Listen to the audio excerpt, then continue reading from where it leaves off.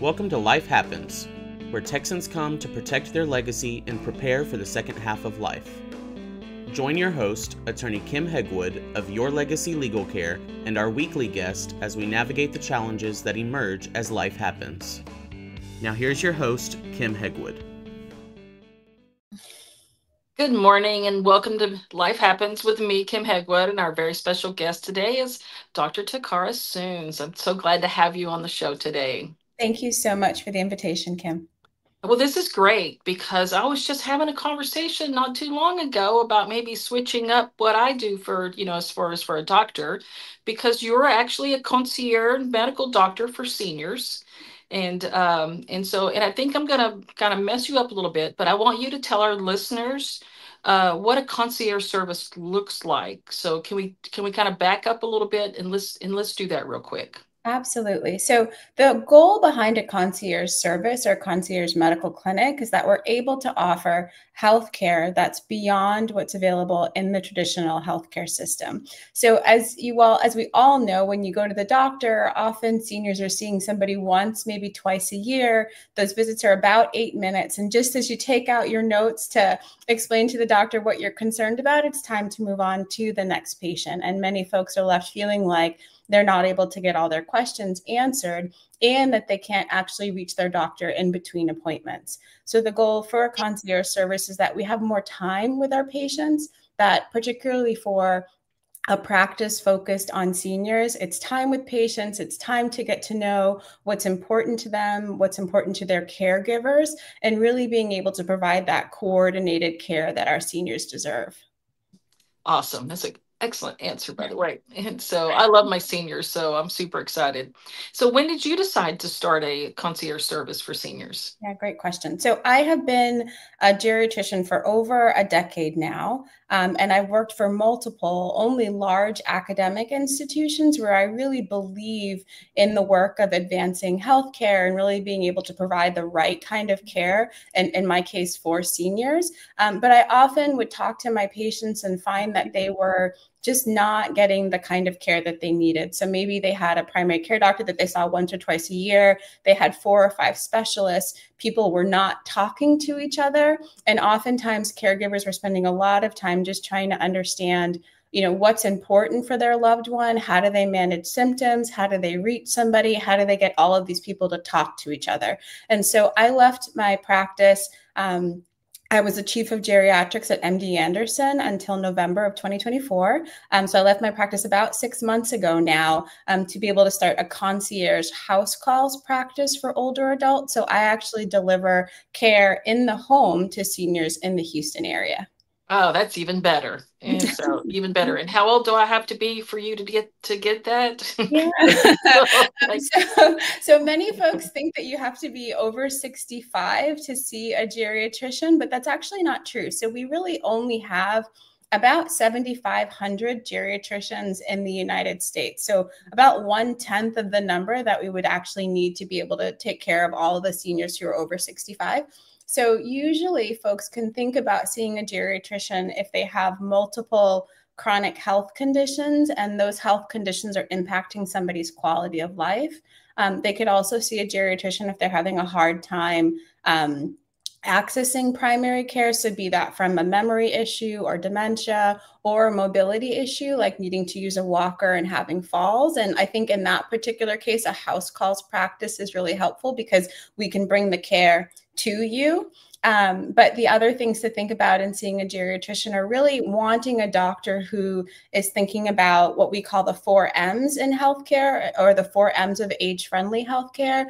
What matters most to our patients is really the M that orients us as a geriatrician.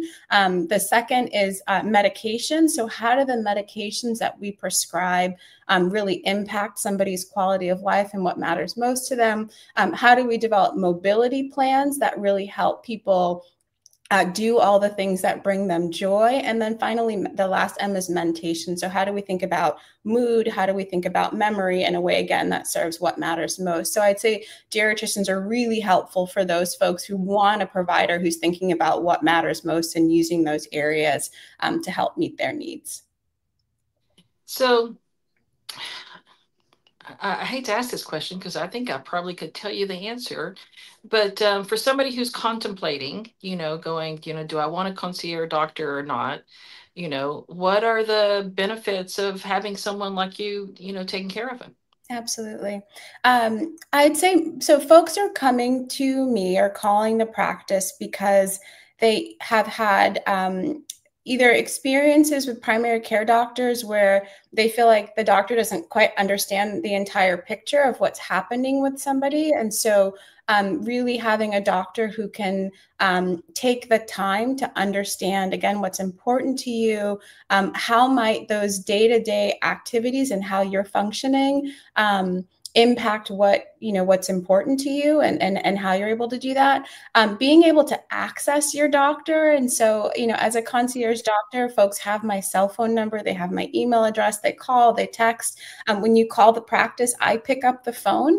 I want to be the one who's able to answer my patient's needs in a way that really is accessible for them. I don't want them to wonder if they have a new symptom, if they should call me. And so I think when I think about the benefits of having a concierge doctor, it's really having a doctor who knows you, who you can reach, who can help you navigate the healthcare system. So what do you think are the big reasons that patients tell you that they're calling you for, to say, hey, I want a concierge doctor instead of my primary care physician and maybe my cardiologist and maybe somebody else, Mm-hmm, mm-hmm. Often concierge doctors and in particular geriatricians can take over for some of the care that other specialists may be providing purely because there's now more time to be able to address those. So for example, for somebody with diabetes who just takes pills, primary care doctors are able to manage that. You don't necessarily need an endocrinologist or a diabetes specialist to do that. So one of the reasons people may choose a concierge doctor is to be able to consolidate that care and to actually spend less time managing their healthcare overall. Some of the other reasons, again, are access or accessibility. So to have a doctor that that you can call, that you trust, who knows you, to be able to answer your healthcare needs is really just special. I think it's a special relationship between patients, between providers, and when in particular with seniors, between their caregivers as well. So, besides the home care type stuff that you're going to a senior's home, how else does this support the caregivers? Absolutely. So a lot of what a lot of what our caregivers are doing is managing healthcare, be that self-care, so helping their loved ones dress and bathe, be that those larger activities, like which we call IADLs, like paying bills and grocery shopping.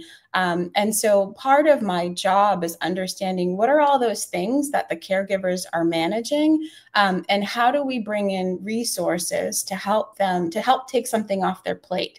And so, for example, respite care is something that I think many caregivers need to be told that it's okay to use. It's okay to ask for help. It's okay to delegate to other family members. And we sort of walk through plans on, what are the specific things that you're doing and how can we give that even to loved ones who are in another state? They can order groceries, for example. You don't have to be the one to do all of that. So, just having the time to sit with caregivers and really ask what's important to you. What are you worried about? One of the favorite parts of my practice is creating something called an if-then sheet. And so it's a way of looking at my patient's medical conditions and saying, based on your medical conditions, for example, high blood pressure, if your blood pressure is high, this is what I want you to do with your medications. If your blood pressure is low, this is what I want you to do with medications. So caregivers are not guessing about what they should be monitoring, what to do with that information, and they know when to call me. And so an if-then sheet is actually something that's really helpful for all caregivers that they can ask their providers to kind of help them walk through. Well, I don't have one of those sheets, so I'm thinking, I don't check most of my stuff every day anyway. So yeah. And so, also it's thinking about, what do you actually need to check? I mean, there are folks who check their blood pressure every day and maybe they don't need to. And so part of my goal is also decreasing that burden of care and understanding what's necessary for a particular person and their loved one to actually be able to promote their quality of life. Yeah. What about insurance? It's my understanding that most concierges, don't take insurance. Do you take insurance, not take insurance? What have you decided to do? Absolutely. So concierge practices vary with respect to insurance. So there are some practices that will charge, a relatively low annual fee and bill insurance in addition to be able to meet their health care, to be able to meet the cost of providing care.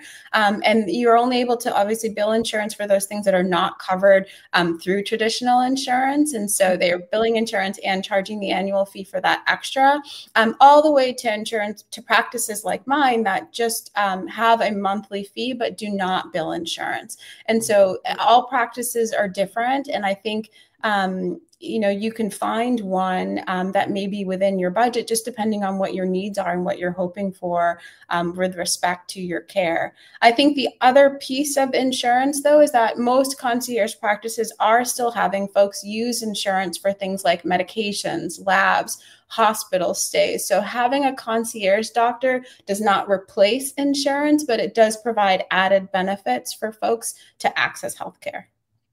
I was just thinking it would make it easier to make my insurance a high deductible insurance, because I wouldn't need lower my monthly insurance cost, in order to do this. And so, absolutely. So let me ask you, you are a Harvard grad. You have excellent credentials. I'm looking at your bio. I looked at your bio and I'm thinking, wow, you are one smart girl.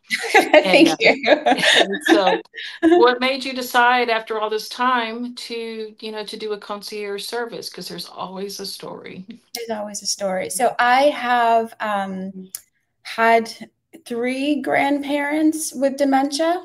And so just walking that journey with my parents has been eye-opening. It's one thing as a physician to understand what dementia is, to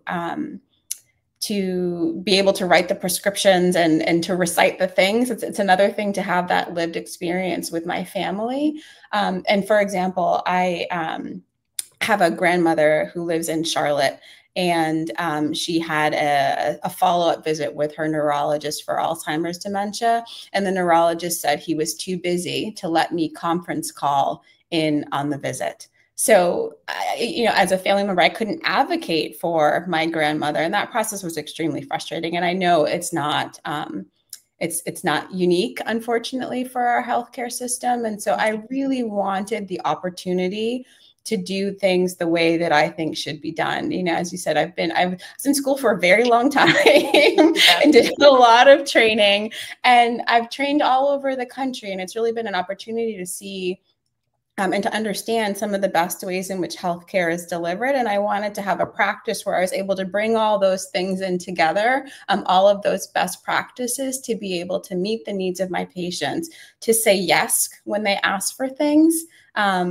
and to figure out how we can do it, within reason. Obviously, we're not doing antibiotics for things that you don't need antibiotics for, but I can see my patients at home for an urgent care visit. I can see them if they're admitted to the hospital. I can see them in the skilled nursing facility. I have the flexibility and the relationship with my patients to be with them for each of those transitions of care, and that's what I would have wanted for my family. Well, I can appreciate that, because once I've learned by traveling down these journeys myself with grandparents and things like that, like I said, there's always a story. There's usually something in life that triggers, and says, what, there's a better way. There's a better way, and I need to find it, because, our seniors are fantastic. I love them. They're great people, and they deserve our very best, when it comes to care. And so, well, Doc, how do people find you? Because I'm super excited to to get, old enough or needy enough to need you myself. So how does someone find you so that they can sign right up? And because it's sounds like a really good plan at the moment.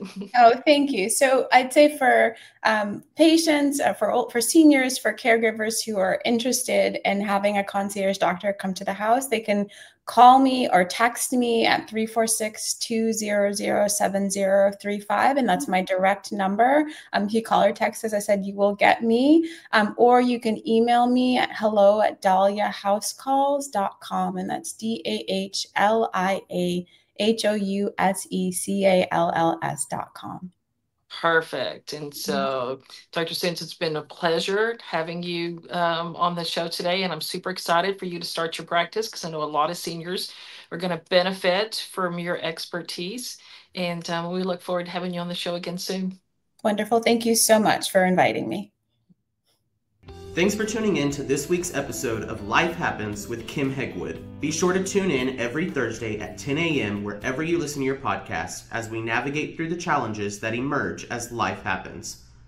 The content of this podcast does not establish an attorney-client relationship or constitute attorney-client privilege, legal, medical, financial, or any other professional advice.